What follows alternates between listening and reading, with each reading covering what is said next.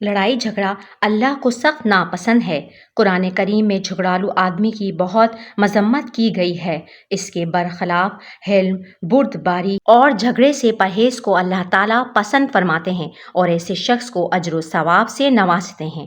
حضرت عبداللہ بن عباس رضی اللہ تعالیٰ عنہ روایت کرتے ہیں کہ ایک مرتبہ حضرت صلی اللہ علیہ وآلہ وسلم نے قبیلہ عبد القیس کے ایک شخص سے خطاب کرتے ہوئے ارشاد فرمایا: ان فیک خصلتین یحبہما اللہ الحلم والاناہ، تمہارے اندر دو خصلتیں ایسی ہیں جن کو اللہ تعالیٰ پسند فرماتے ہیں، بردباری اور تمکنت۔ چنانچہ اگر کوئی شخص حق پر ہونے کے باوجود محض رفع شر اور لڑائی جھگڑے سے بچنے کی خاطر اپنا حق چھوڑ دے یا صلح کر لے، اس کو آپ صلی اللہ علیہ وآلہ وسلم نے بہت عظیم بشارت دی ہے۔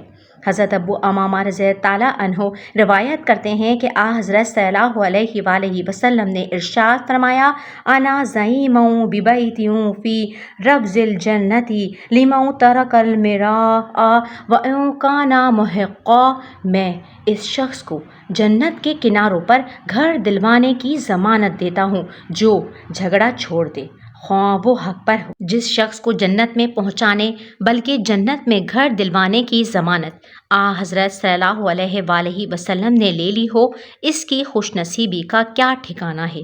اللہ تعالیٰ یہ دولت تمام مسلمانوں کو عطا فرمائے، آمین۔